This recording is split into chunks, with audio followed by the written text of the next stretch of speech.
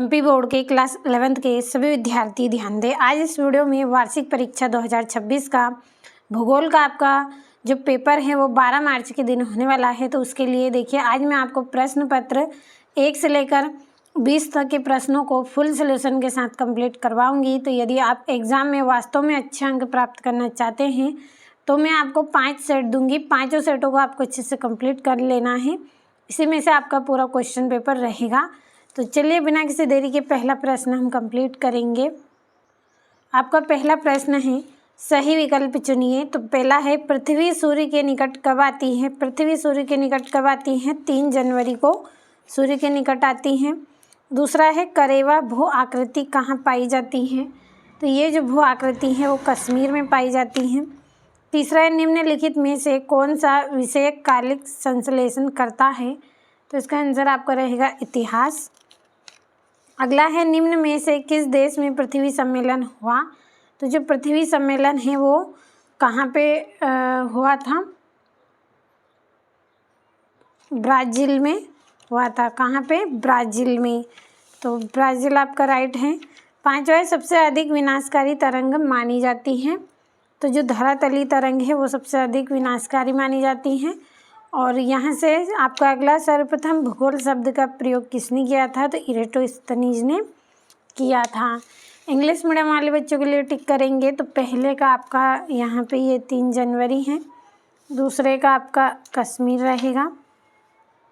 तीसरे का आपका यहाँ पे ये हिस्ट्री रहेगा। चौथे का आपका इसमें ब्राज़ील है। और ये 5वां का आपका यहाँ से सी रहेगा। और छठे का भी आपका सी रहेगा। तो अच्छे से कंप्लीट आपको कर लेना है। चलिए अगले प्रश्न की ओर बढ़ते हैं। और आपको हम ऐप पर स्पेशल पीडीएफ दे रहे हैं। मात्र 20 से 30 रुपये में आपको स्पेशल पीडीएफ मिलेगी। यदि अभी तक आप ऐप से नहीं जुड़े हैं तो इस वीडियो के डिस्क्रिप्शन में आपको लिंक मिलेगी, चेक करें किस तरह से सब्सक्रिप्शन लेना है, पूरी जानकारी मिल जाएगी और ऐप से आप स्पेशल पीडीएफ प्राप्त करें। तो जो दूसरा प्रश्न है रिक्त स्थान की पूर्ति कीजिए। तो पहला है पृथ्वी की सबसे आंतरिक परत को डेस कहते हैं। तो पृथ्वी की जो सबसे आंतरिक परत है उसे क्रोड़ बोलते हैं। तो क्रोड़ इसका आंसर है। अगला है वन्य जीव सुरक्षा अधिनियम डेस में पारित किया गया। तो ये 1972 में पारित किया गया। अगला है फूलों की घाटी डेस में स्थित है। तो ये कहाँ पे स्थित है? उत्तराखंड में। तो चलिए यहीं पर लिख लेते हैं उत्तराखंड। अगला है ज्वार भाटा की उत्पत्ति का मुख्य कारण डेस है। तो चंद्रमा और सूर्य का गुरुत्वाकर्षण। चंद्रमा और सूर्य का गुरुत्वाकर्षण। तो ये आपके तीसरे का आंसर हो गया है। चौथे का 5वां है भूकंप की तीव्रता का मापन डेस द्वारा किया जाता है। तो किसके द्वारा करते हैं? सिस्मोग्राफ के द्वारा। सिस्मोग्राफ। अगला है भारत के कुल भौगोलिक क्षेत्र का डेस प्रतिशत भाग वनों के अधीन है। तो कितना? 24.62%। ये भी आपका लगभग में रहेगा, लगभग। तो ये हो गए हैं आपके रिक्त स्थान। इंग्लिश मीडियम वाले बच्चों के लिए भी कंप्लीट कर दिया है। अगला आपका जो प्रश्न है सत्य असत्य लिखिए। पहला है भारत के अधिकांश भागों में वर्षा जुलाई से अक्टूबर के बीच होती है। तो ये आपका असत्य रहेगा। क्योंकि कब होती हैं मैं यहाँ पे इसका कारण लिखूँगी जून और सितंबर। जून और सितंबर के बीच में होती है। तो चलिए अब दूसरा हम पढ़ेंगे। स्टेपी घास भूमि बायोम है। तो ये आपका यहाँ पे सत्य रहेगा। अगला सर्वप्रथम भूगोल शब्द का प्रयोग इरेटोस्थनीज ने किया। तो ये आपका सत्य है। अगला है पृथ्वी के 71% भूभाग पर जल है। तो ये भी आपका सत्य रहेगा। अगला है मौसिनराम में औसत वार्षिक वर्षा 1080 सेंटीमीटर से ज़्यादा होती है, तो ये सत्य है। अगला है सुंदरवन लगभग 200 रॉयल बंगाल टाइगर का आवासीय क्षेत्र है, तो ये भी आपका सत्य रहेगा। तो ये हो गए हैं सत्य सत्य। यहाँ से चलिए हम कंप्लीट करेंगे। तो पहला आपका फॉल्स इसमें रहेगा, बाकी आपके इसमें ट्रू रहेंगे। तो अच्छे से कंप्लीट आप करिए। चलिए अगले प्रश्न की ओर बढ़ते हैं। यहाँ से आपका चौथा प्रश्न, सही जोड़ी लिखिए। पहली है सामान्य ह्रास दर, तो इसकी जोड़ी है 6.5 डिग्री सेल्सियस। दूसरा है सूर्य से आने वाली विकिरण है, तो कौन सी विकिरण आती है? सूर्य ताप। तीसरा है भूमिगत जल, तो भूमिगत जल की जोड़ी आपकी रहेगी जैविक अपचय। चौथा है सागरी लहरें, तो इसकी जोड़ी आपकी रहेगी स्टेक। पांचवी जोड़ी है पटल विरूपण, तो पटल विरूपण की जोड़ी रहेगी आपकी भूकंप। चलिए इंग्लिश मीडियम वाले बच्चों के लिए नंबर हम डाल लेंगे। तो ये पहली है आपकी, चौथी, दूसरी, तीसरी और ये वाली पांचवी। तो ये हो गई आपकी जोड़ियाँ। अगला जो आपका प्रश्न है, एक वाक्य में उत्तर दीजिए। पहला है लूनी नदी किस राज्य में बहती है? तो ये कहाँ पे बहती है? राजस्थान में। दूसरा है भारत की सबसे लंबी तटरेखा वाला राज्य कौन सा है? तो गुजरात है, गुजरात। अगला आपका इसमें रहेगा भारत का क्षेत्रफल कितना है? तो भारत का जो क्षेत्रफल है वो 32,87,263 वर्ग किलोमीटर है। अगला है पृथ्वी का घनत्व कितना है? तो पृथ्वी का जो घनत्व है 5.51 ग्राम प्रति घन सेंटीमीटर है। अगला है चेरापूंजी का पठार किस राज्य में स्थित है? तो मेघालय में स्थित है, मेघालय। अगला है भारत का गोलार्ध स्थित है, तो कहाँ पे स्थित है? उत्तरी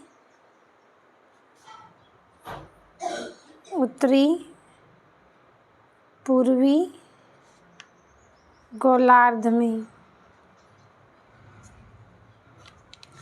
तो ये हो गए हैं आपके एक वाक्य में उत्तर। यहाँ से इंग्लिश मीडियम वाले बच्चों के लिए भी भर दिया है। कंप्लीट अच्छे से करिए। अब चलिए हमारा जो छठा प्रश्न है उसको समझ लेते हैं। यहाँ से आपका छठा प्रश्न है भू आकृतिक प्रक्रियाएं किसे कहते हैं? सातवें में बांगर किसे कहते हैं? आठवें में प्रारंभिक वायुमंडल में कौन सी गैसें थीं? 90वें में भारत के उत्तरी हिमालयी नदियों के कोई दो विशेषता लिखिए और अपक्षय का अर्थ लिखना है। और प्लेट विवर्तनिकी की अवधारणा किन विद्वानों ने दी थी, ये आपको बताना है। चलिए आपका जो अगला प्रश्न है, 12वां प्रवाल द्वीप किस प्रकार के महासागरों में पाए जाते हैं? 13वां भारत की जलवायु को प्रभावित करने वाले किन्हीं 3 कारकों का वर्णन करना है। जैव विविधता के 3 स्तरों को आपको बताना है। 15वें में भारत के किन्हीं 3 भूकंपीय क्षेत्र लिखिए और भारत का अक्षांशीय फैलाव किस प्रकार लाभप्रद है। और भौमजल के कोई 3 अपर्दित स्थल रूप का वर्णन आपको करना है। चलिए आपका जो 18वां प्रश्न है, नमामि गंगे परियोजना के कोई 4 स्तंभ आपको बताने हैं और तापमान को नियंत्रित करने वाले किन्हीं 4 कारक का वर्णन करना है। और ये आपका 20वां प्रश्न है। तो ये आपका यहाँ से छठा प्रश्न है, भू आकृतिक प्रक्रियाएं किसे कहते हैं? तो भू आकृतिक प्रक्रियाएं वे प्रक्रियाएं हैं जिनके द्वारा पृथ्वी की सतह पर विभिन्न आकृतियों का निर्माण, परिवर्तन, विनाश होता है। इनमें अपक्षय, अपरदन तथा निक्षेपण जैसी क्रियाएं सम्मिलित हैं। तो स्क्रीनशॉट के माध्यम से कंप्लीट आप करें। समय हमारे पास कम है तो ज़्यादा एक्सप्लेन मैं आपको नहीं करूँगी। अगला है अपक्षय किसे कहते हैं? अपक्षय वह प्रक्रिया है जिसमें चट्टानें अपने ही स्थान पर भौतिक, रासायनिक अथवा जैविक क्रिया के कारण फूटती हैं। क्या करती हैं? अपने ही स्थान पर जैविक क्रिया, रासायनिक क्रिया या फिर जो भौतिक रासायनिक प्रक्रियाएं इनके द्वारा टूट फूट जाती है। स्क्रीनशॉट लिया होगा यहाँ से अगला आपका है बांगर किसे कहते हैं। तो बांगर उत्तरी भारत के मैदानों का वह ऊंचा भाग होता है जो बाढ़ से प्रभावित नहीं होता है। इसमें पुरानी मिट्टी पाई जाती है। तो चलिए बढ़ते हैं अगले प्रश्न की ओर। यहाँ से आपका अगला रहेगा प्रायद्वीपीय भारत के किन्हीं दो पठारों के नाम। पहला है दक्कन पठार, दूसरा है छोटा नागपुर पठार। तो स्क्रीनशॉट आपको लेते चलना है हर एक प्रश्न का। और ऐप से आपको स्पेशल पीडीएफ दी जा रही है 20 से 30 रुपये में। स्पेशल पीडीएफ आपको लेना है तो इस वीडियो के डिस्क्रिप्शन में आपको लिंक मिल जाएगी। चेक करें किस तरह से आपको स्पेशल पीडीएफ मिलेगी। सब्सक्रिप्शन आपको लेना होगा। सब्सक्रिप्शन में किस तरह से आपको मिलेगा इसकी पूरी जानकारी आपको उसमें दी जाएगी। तो जल्दी से ऐप के साथ जुड़े और स्पेशल पीडीएफ आप प्राप्त करें। ये आपका यहाँ से 9वां प्रश्न हो गया है, कंप्लीट अच्छे से करें। चलिए ये आपका यहाँ से 8वां है। इसमें भारत की दक्षिण प्रायद्वीप नदियों की 2 विशेषता। पहली है ये नदियाँ वर्षा पर निर्भर होती हैं और यह अधिकांशतः मौसमी नदियाँ होती हैं। क्या है कि वर्षा पर निर्भर रहेगी और मौसमी नदी हैं। 10वां आपका यहाँ से रहेगा अपक्षय का अर्थ। अपक्षय चट्टानों के अपने स्थान पर ही प्राकृतिक शक्तियों द्वारा टूटने फूटने की प्रक्रिया को अपक्षय कहते हैं। अपक्षय का मतलब क्या है? टूटना फूटना। चलिए ये आपका यहाँ से मृदा निर्माण की कारक जलवायु है, मूल चट्टानें जैविक तत्व हैं। इनके कारण क्या है? मृदा का निर्माण होता है। चलिए अगले प्रश्न की ओर बढ़ते हैं। 11वां है आपका यहाँ से प्लेट विवर्तन की अवधारणा किन विद्वान ने दी थी। तो यह जो अवधारणा है वो हेनरी हेंस तथा रॉबर्ट एस डिजर्ट ने दी थी। किसने? हेनरी हेंस ने और रॉबर्ट एस डिजर्ट ने दी थी।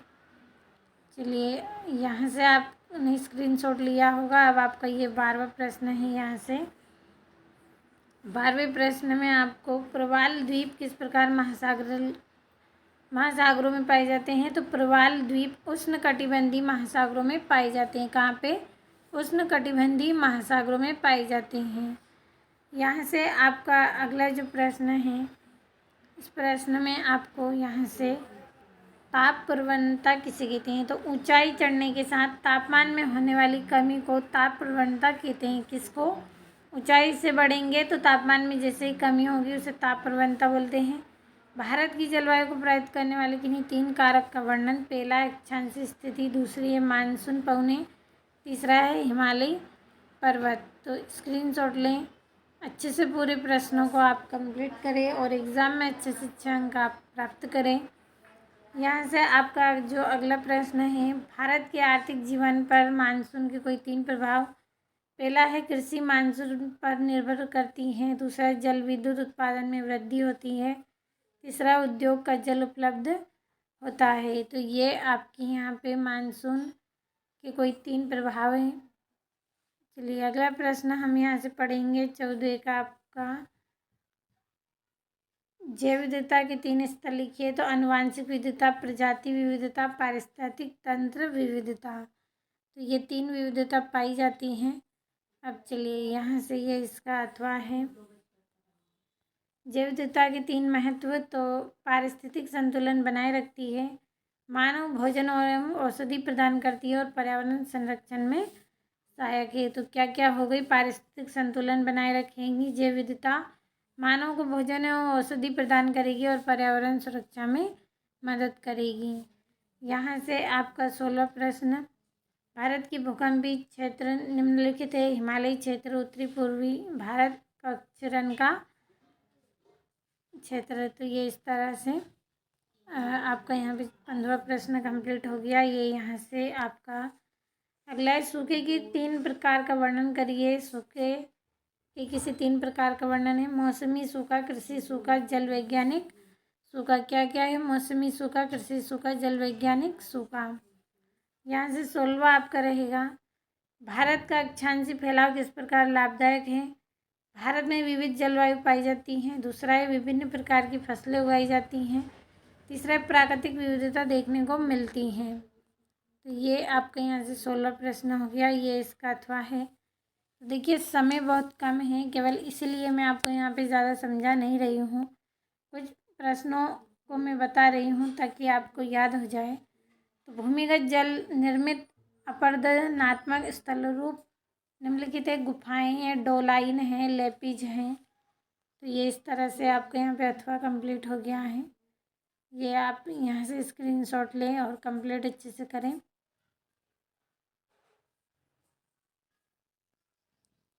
ये आपका 18वां है, नमामि गंगे परियोजना के 4 स्तंभ, सीवेज अवसंरचना विकास, औद्योगिक अपशिष्ट नियंत्रण, नदी तट विकास, जैव विविधता संरक्षण।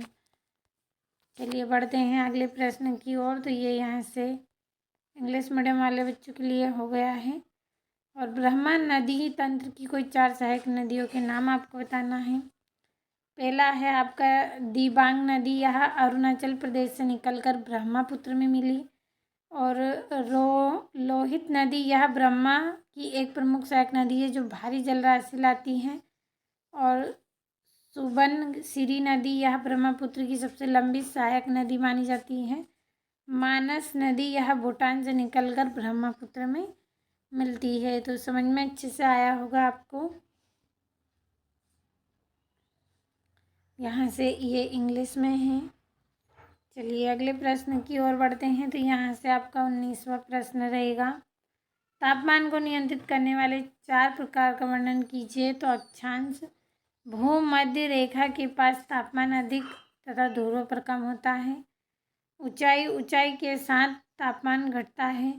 समुद्र से दूरी, समुद्र के पास तापमान सम रहता है जबकि आंतरिक भागों में अधिक अंतर होता है। और महासागरीय धाराएं गर्म एवं ठंडी धाराएं तापमान को प्रभावित करती हैं। चलिए अगले प्रश्न की ओर बढ़ते हैं। तो यहाँ से इंग्लिश मीडियम वाले बच्चे आप इनको कंप्लीट करें।